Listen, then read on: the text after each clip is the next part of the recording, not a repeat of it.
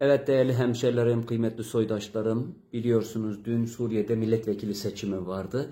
Milletvekili seçimi dün gece bitti. Gayri resmi sonuçlara göre 4 tane milletvekili çıkardık Türkmenler olarak. 2 Halep'ten, bir Laskiye'den, bir de Humus şehrinden 4 tane Türkmen milletvekili çıkardık. Tabi bu dünkü yapılan seçim halk oylaması olmadı, büyük bir seçim olmadı. İlk önce bir komisyon oluşturuldu. O komisyon delegeleri seçti. Delegeler de milletvekillerini seçti.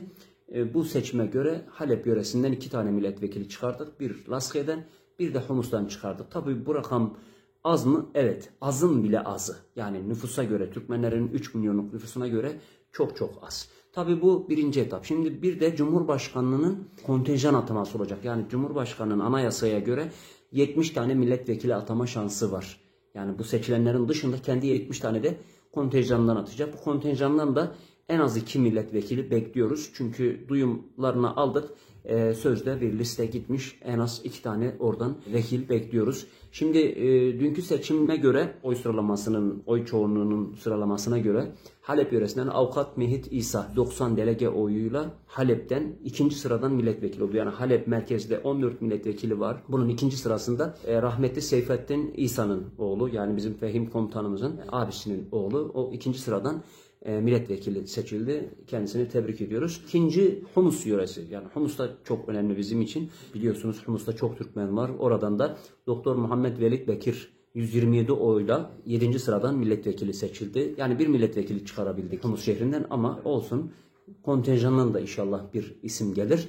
Üçüncü Laskiye bölgesi. Laskiye bölgesi çok önemli bizim için. Çünkü hem Türkmen nüfusu yine orada çok, hem de Bayır Bucak Türkmenleri, yani Esad döneminde çok zulüm gördüler, çok ayrımcılık gördüler. Bu niye önemli? Şimdi birazdan vurgulayacağım. Önceleri tarlalarına, bağlarına, bahçelerine gidemezlerdi. Yani hemen deniz kenarındaki bağlarına, bahçelerine bile bakanlıktan izin almadan ekip biçemezlerdi. Kendi mülkü, malı olmasına rağmen. Kaldı ki orada Türkmenim diye bir seçime ya da milletvekiline adaylığını koyabilirdi. Bugün geldiğimiz nokta mühendis Semir Karaali 79 oyla 1. sıradan milletvekili oldu. Yani Laskiye'de 1. sıra milletvekilimiz Türkmen.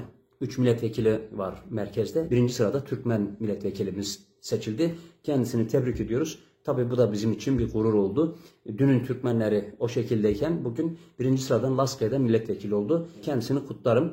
4. milletvekilimiz ise yine Halep'e bağlı Elbap ilçesi. Bizim Çobanbey ve köyleri Elbap'a bağlı ilçe olarak. Elbap ilçesinden de Doktor Tarık Sülo Cevizci, kendisi Çobanbeyli Türkmen. O da 45 oyla 3. sıradan milletvekili oldu. Halep merkezden bir, Elbap'tan da bir milletvekili almış olduk. Membiç'ten, Azez'den, diğer Cerablus'tan çıkaramadık maalesef milletvekili. Ama bu daha son değil. Çünkü daha bir de Cumhurbaşkanlığı kontenjanı var. 70 tane milletvekili atama şansı var anayasaya göre. Bu ister kendi çevresinden olur, ister işte hangi milletlerden seçimde az kazanmış, az milletvekili girmişse onlara takviye yapabilir. Buradan 2 veya 3 milletvekili beklediğimizi ifade edelim. Çünkü duyumlarımız o 3 milletvekili de oradan gelirse, şu an 4 tane seçtik. 3 daha gelirse 7 tane milletvekilimiz olur. Tabii bu yine az bizim için ama bu da bir demokratik bir seçim oldu. Kanaatkar olmak gerekirse tabii buna da şükür. Yani 4'tür. Tabii üstüne de 3 tane gelirse 7 tane milletvekilimiz olur.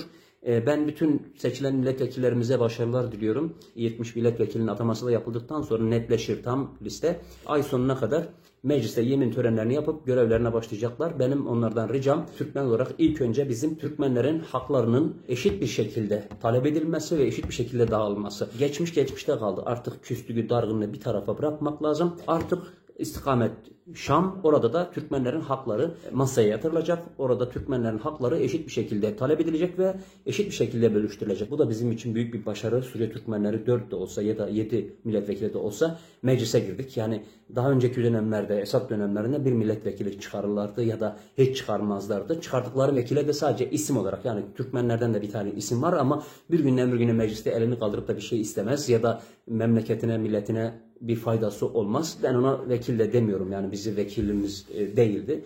O yüzden bunlar gerçekten şimdi bizim vekillerimiz, biz bunlara sahip çıkmamız lazım. Küslüğü, dargınlığı, aşiretçiliği, bölgeciliği bırakalım, bu bizim en büyük yaramız.